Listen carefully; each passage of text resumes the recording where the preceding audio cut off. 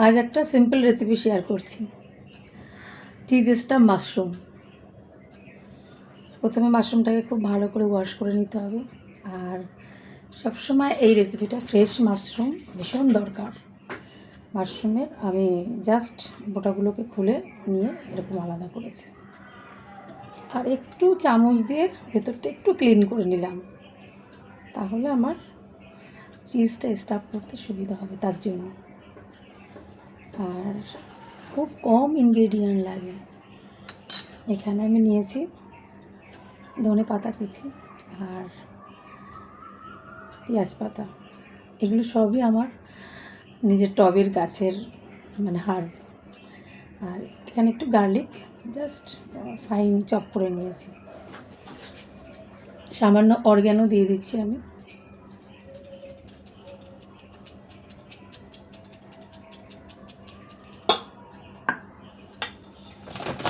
আর যাবে চিজ। যেহেতু এটা চিজ স্টাফ হবে, তো চিজের পরিমাণটা একটু বেশি, পুরোটাই চিজ বললেই চলে। চিজে অলরেডি নুন থাকে, তাই আলাদা করে আর নুন দিচ্ছি না।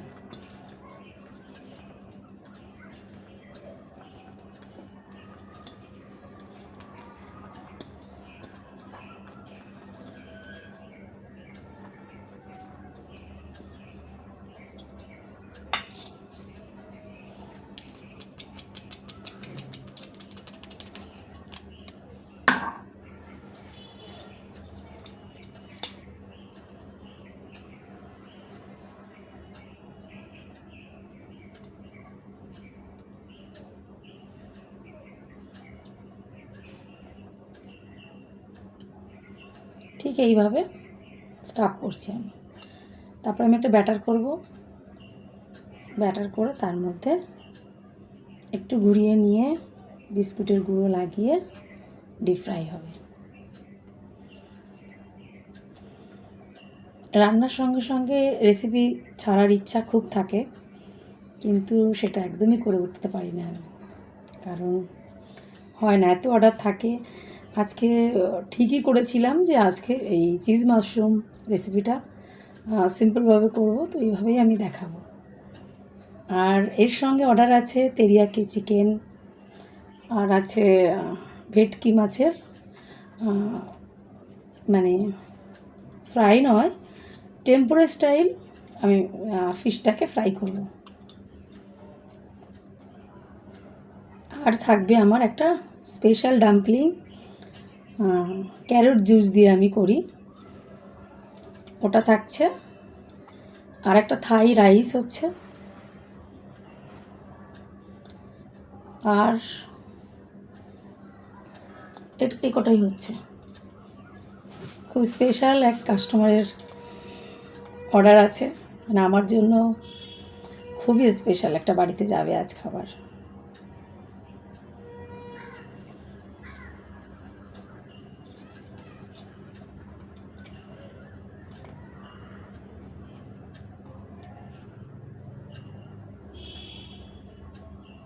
কিছুদিন টানা কাজ করেছি কেটারিং SBI ব্যাংকে। সেই কাজটাও পেয়েছি আমি আমার খুব একদম স্পেশাল মানুষের জন্য আমি যেতে পেরেছি সেই জায়গাতেও। তো আসলে আমি এই মানুষগুলোর নাম করতে চাই। আমি অবশ্যই আমার রান্নার গুণে হোক, যেটাতেই হোক, আমি হয়তো মানুষের কাছে গেছি, কিন্তু এই চলার পথে আমি অনেক হেল্পফুল মানুষ পেয়েছি। তাই আমার খুব ইচ্ছা হয় তাদের নিয়ে কথা বলতে, যে না, আমি পেয়েছি অনেক মানুষের সাহায্য আমি পেয়েছি, অনেক হেল্প পেয়েছি, যেটা আমি বলতে চাই। তো আজ ভীষণ রেস্ট নেওয়ার ইচ্ছা ছিল, কিন্তু সেটা হয়ে ওঠেনি। সারা দুপুর ধরে এই রান্নাগুলো হয়েছে, কারণ এগুলো একটু স্পেশাল। এই চিকেন তেরিয়াকি, চিজি মাশরুম, তারপরে একটা ডাম্পলিং হবে যেটা prawn and cheese stuff, carrot juice use করি আমি, একটু হেলদি ভার্সন করি, একটু ইউনিক করার চেষ্টা করছি। এর আগেও দেখিয়েছি। তো থাই রাইসটা খুব লাইট এবং খুব একটা টেস্টি রাইস হয়। তারপর আরও কিছু ইচ্ছা আছে, কিন্তু পেরে উঠবো কতটা আমি জানি না। আর ফিশটাকে একটু টেম্পোরো স্টাইলে ফ্রাই করার ইচ্ছা আছে।